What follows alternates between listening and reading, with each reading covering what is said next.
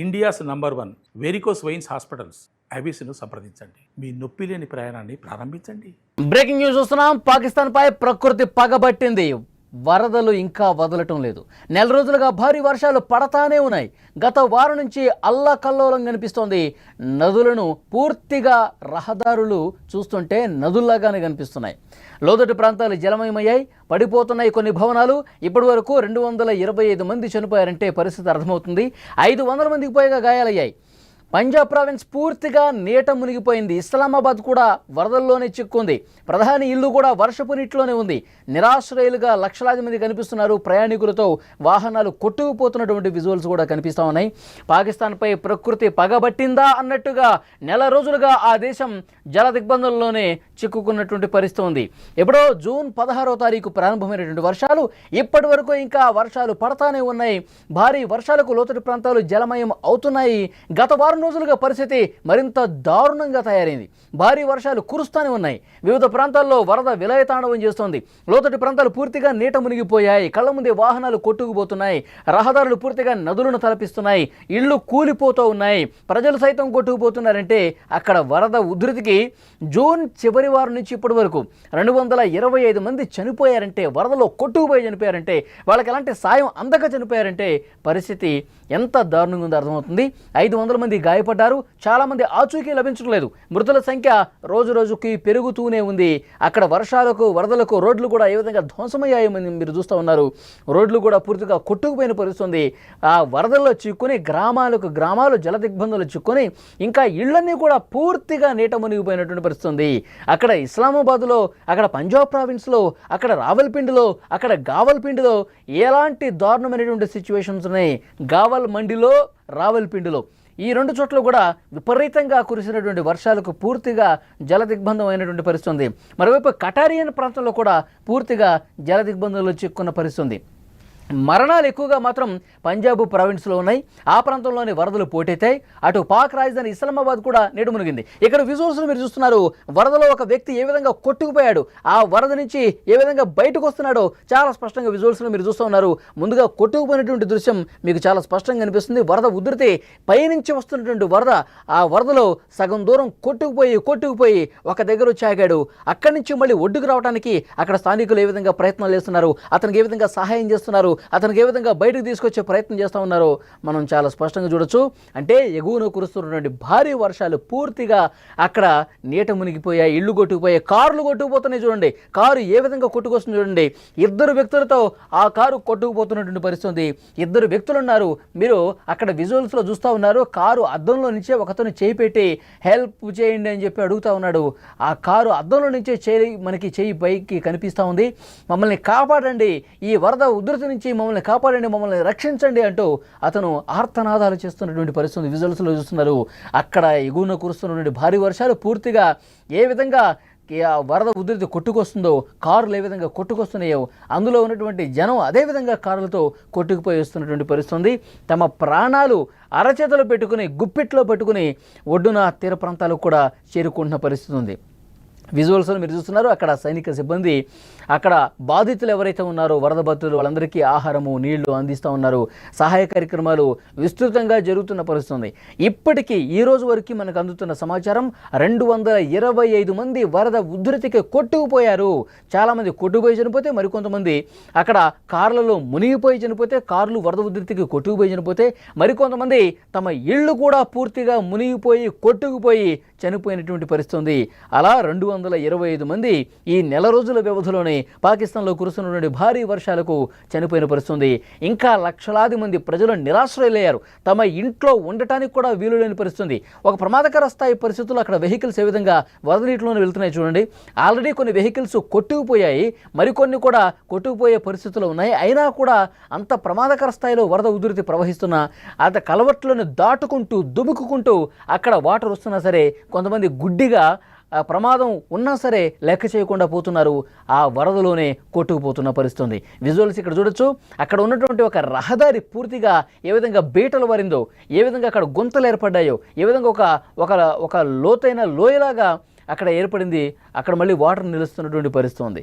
విజువల్స్లో మీరు చూస్తూ ఉన్నారు. పాకిస్తాన్లో మొత్తం కూడా చాలా ప్రాంతాల్లో, పంజాబ్ ప్రావిన్స్ కావచ్చు, ఇస్లామాబాద్ కావచ్చు, రావల్పిండి కావచ్చు, గావల్మండి కావచ్చు, కటారియన్ కావచ్చు, ఈ ప్రాంతాలు మొత్తంగా కూడా అన్నీ కూడా వాటర్లో నానుతూ ఉన్నటువంటి పరిస్థితి ఉంది.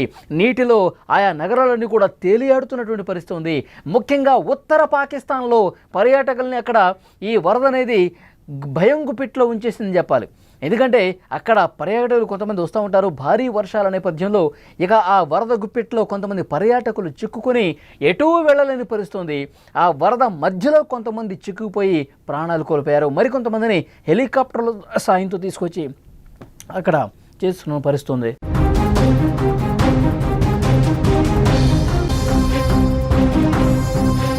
విజువల్స్లో మీరు చూస్తూ ఉన్నారు.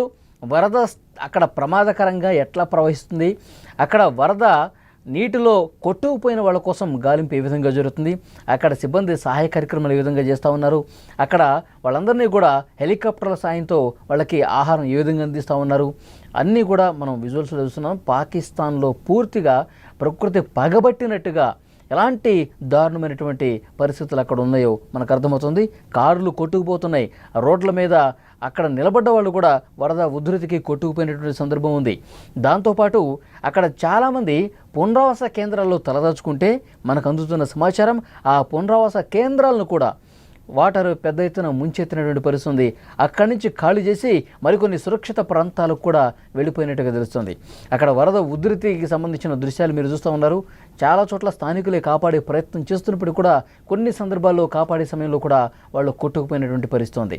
ప్రధాని అక్కడ ఉన్నటువంటి పాక్ ప్రధాని ఇల్లు కూడా నీటిలోనే తేలియాడుతుందంటే, ఉత్తర పాకిస్తాన్లో పర్యాటకుల్ని తీసుకెళ్తున్న అనేక వాహనాలు కూడా కొట్టుకుపోతున్నాయంటే, ఇప్పటికే 3 పర్యాటకులు కూడా చనిపోయారంటే ఎలాంటి సిచ్యువేషన్ ఉందో అర్థమవుతుంది. ముఖ్యంగా బాబూసర్ రోడ్ మరియు ఇంకొన్ని ప్రాంతాల్లో కూడా అక్కడ పర్యాటకులు చిక్కుకుపోయారు. వాళ్ళందరినీ కూడా కాపాడే ప్రయత్నం చేస్తూ ఉన్నారు. పర్యాటకుల్ని, అక్కడ చిక్కుకున్న కొంతమంది ప్రయాణికుల్ని కూడా అక్కడ ఆర్మీ సిబ్బంది కాపాడే ప్రయత్నం చేస్తూ ఉన్నారు. కానీ వాళ్ళకి మాత్రం ఇంకా అర్థం కాని పరిస్థితి ఉంది. ఎందుకంటే ఈ వర్షాలు ఎప్పుడు తగ్గుముఖం పడతాయి, ఎప్పుడు ఈ వరదలు కొంత కంట్రోల్లోకి వస్తాయి, ఎప్పుడు మళ్ళీ సాధారణ జనజీవనం అక్కడ ఏర్పడుతుందో కూడా అర్థం కాని పరిస్థితుంది. ఇప్పటికే ఆస్తి నష్టం బాగా జరిగింది. 225 మంది ప్రాణాలు కోల్పోయినటువంటి పరిస్థితి ఉంది. మొత్తం తేరుకోవాలంటే ఇప్పుడు నేను చెప్పినటువంటి ప్రాంతాలు ఇస్లామాబాద్ కావచ్చు, కటారియన్ కావచ్చు, రావల్పేట కావచ్చు, పంజాబ్ ప్రావిన్స్ కావచ్చు, దారుణమైనటువంటి సిచ్యువేషన్స్ అక్కడ కనిపిస్తున్నాయి. సో వాళ్ళందరూ కూడా మళ్ళీ కోలుకోవటానికి, అక్కడ జరిగినటువంటి ఆస్తి నష్టాన్ని మళ్ళీ పూడ్చుకోవటానికి కొన్ని నెలల సమయం పడుతుందంటే మాత్రం ఇది ఆలోచించాల్సినటువంటి విషయం. అక్కడ ప్రభుత్వాలు ఇంకా అక్కడ పునరుద్ధరణ కార్యక్రమాలు చేయటంలో ఇంకా ప్రారంభమే కాలేదు. ఇంకా వర్షపాతం నమోదవుతూనే ఉంది. ఇంకా లోతట్టు ప్రాంతాలు జలదిగ్బంధంలో చిక్కున్నటువంటి పరిస్థితి కనిపిస్తుంది. అక్కడ సాధారణ ప్రజానీకం ఎంత ఇబ్బంది పడుతున్నారో విజువల్లో చూస్తే మీకు అర్థమవుతుంది. కనీసం తినడానికి తిండి లేక, తాగడానికి వాటర్ లేక చాలా ప్రాంతాల్లో ప్రజలు సహాయం కోసం ఎదురు చూస్తూ ఉన్నారు. వాళ్ళకు సంబంధించిన సమాచారం కూడా ఎప్పటికప్పుడు అందిస్తూ ఉన్నారు. అక్కడ పై అధికారులకు తెలియజేస్తూ ఉన్నారు హెలికాప్టర్ల సాయంతో. ఎందుకంటే వరద ఉధృతంగా ప్రవహించే సమయంలో వాళ్ళని కాపాడే పరిస్థితుల్లో కూడా కొంత ఇబ్బందులు ఏర్పడుతున్నాయి. వాతావరణం అనుకూలించట్లేదు, కొన్ని ఆటంకాలు ఏర్పడుతున్నాయి. అయినప్పటికీ కూడా అక్కడ హెలికాప్టర్లు తీసుకొచ్చి వాళ్ళని కాపాడే ప్రయత్నం జరుగుతుంది. 225 మంది ఇప్పటి వరకు, ఈరోజు లెక్క వరకు అధికారికంగా మాత్రమే, కానీ ఇంకా సమాచారం లేని వాళ్ళు చాలామంది గల్లంతయ్యారు. చాలా వరకు బ్రిడ్జిలు కొట్టుకుపోయాయి, ఎక్కడ భవనాలు కొట్టుకుపోయి నీళ్లలో నానుతూ కొన్ని ఇళ్ళు అదేవిధంగా కొట్టుకుపోయిన పరిస్థితుంది. బ్రిడ్జిలు కొట్టుకుపోయిన పరిస్థితుంది, కార్లు కొట్టుకుపోయినాయి. ఆ కార్లలో కూడా ఇద్దరు ప్రయాణం చేస్తున్నారు కారులో. ఆ కారు అలాగే వాళ్ళు అందులో ఉండగానే కొట్టుకుపోయింది. ఆ వాటర్లో తేలియాడుతూ కొట్టుకుపోతుంటే ఆ విండోలో నుంచి ఒకతను చేయి పైకి పెట్టి సాయం కోసం అర్థిస్తూ ఉన్నాడు. మమ్మల్ని కాపాడండి, రక్షించండి, మమ్మల్ని బతికించండి అంటూ ప్రాధేయపడుతున్నారంటే అక్కడ లోతట్టు ప్రాంతాల్లో ఎలాంటి భయానకమైనటువంటి సిచ్యువేషన్స్ అక్కడ ప్రజలు ఎదుర్కొంటున్నారన్నది కూడా అర్థమవుతుంది. చూశారుగా, 2 వ్యక్తులతో కారు ఏ విధంగా కొట్టుకుపోతుందో అతను చేయి బయట పెట్టాడు చూడండి, మమ్మల్ని కాపాడండి, రక్షించండి అంటూ. కానీ పాపం చేసేది ఏమీ లేనటువంటి పరిస్థితి. ఆ వెహికల్ అలాగే ఆ కారు కొట్టుకుపోయినటువంటి పరిస్థితి. ఇలా 1 కాదు 2 కాదు, గత నెల రోజులుగా చూస్తున్నాం. పరిస్థితుల్లో ఎక్కడో కూడా మార్పు రాట్లా. వరద పూర్తిగా తగ్గిన తర్వాత సహాయక కార్యక్రమాలు చేస్తూ ఉన్నారు. మరికొన్ని చోట్ల అక్కడ సహాయ కార్యక్రమాలు చేయడానికి కూడా ఇబ్బంది ఏర్పడుతోంది. ఎందుకంటే కొన్ని చోట్లయితే అక్కడ అలవి కాని పరిస్థితుంది. ఇంకా వాతావరణం అనుకూలంగా లేదు. అక్కడ సహాయ కార్యక్రమం చేసినా, అక్కడ పునరుద్ధరణ కార్యక్రమం చేసినా మళ్ళీ వర్షం పడుతుంది. చేసిన పనులన్నీ కూడా మళ్ళీ నిర్వీర్యం అయిపోయే పరిస్థితి ఉంది. విజువల్స్లో మీరు చూస్తున్నారు, పాక్ ప్రధాని ఇల్లుతో సహా మరికొన్ని కీలకమైనటువంటి కట్టడాల దగ్గర కూడా, భవన నిర్మాణాల దగ్గర కూడా పెద్ద ఎత్తున వాటర్ చేసింది. బయటకు రాలేనటువంటి సిచ్యువేషన్ కనిపిస్తుంది. ఇంకా మేడ మీద ఎక్కి, పైన టెర్రస్ మీద ఎక్కి తమ ప్రాణాలు కాపాడుకుంటున్నారు, సాయం కోసం అర్థిస్తున్నారు. ఎక్కడికక్కడ వెహికల్స్ కూడా కొట్టుకుపోయి మనుషులు కొట్టుకుపోతున్నారు. పెద్ద స్థాయిలో అక్కడ గత కొన్ని సంవత్సరాలుగా చూసుకుంటే, 20-30 సంవత్సరాలుగా చూసుకుంటే, ఈ పంజాబ్ ప్రావిన్స్ కావచ్చు, ఇస్లామాబాద్ కావచ్చు, రావల్పిండి కావచ్చు, ఈ ప్రధానమైనటువంటి నగరాల్లో ఇంత భారీ స్థాయిలో, అంటే ఇక్కడ ఒక విషయం చెప్పాలి, 10 గంటల్లోనే ఒక 100-200 మిల్లీమీటర్ల వర్షపాతం నమోదైందంట కేవలం ఒక రోజులోనే. ఇది చాలా రికార్డుగా చెప్తా ఉన్నారు. ఎందుకంటే గతంలో ఈ స్థాయిలో భారీ వర్షపాతం ఒకే ప్రాంతంలో ఒక కుంభవృష్టి కురిసినట్టు కురవటంతో ఈ వరదలు ఈ విధంగా పోటెత్తుతున్నాయి. అక్కడ పునరావాస కేంద్రాల్లో తలదాచుకుంటున్న వాళ్ళకి ఏదో ఒక రకంగా సాయం చేసి నిత్యావసర వస్తువులు అందించి వాళ్ళ పూట గడిచే విధంగా ప్రయత్నాలు చేయాలంటూ స్థానికులు అక్కడ కోరుతున్నటువంటి పరిస్థితి ఉంది.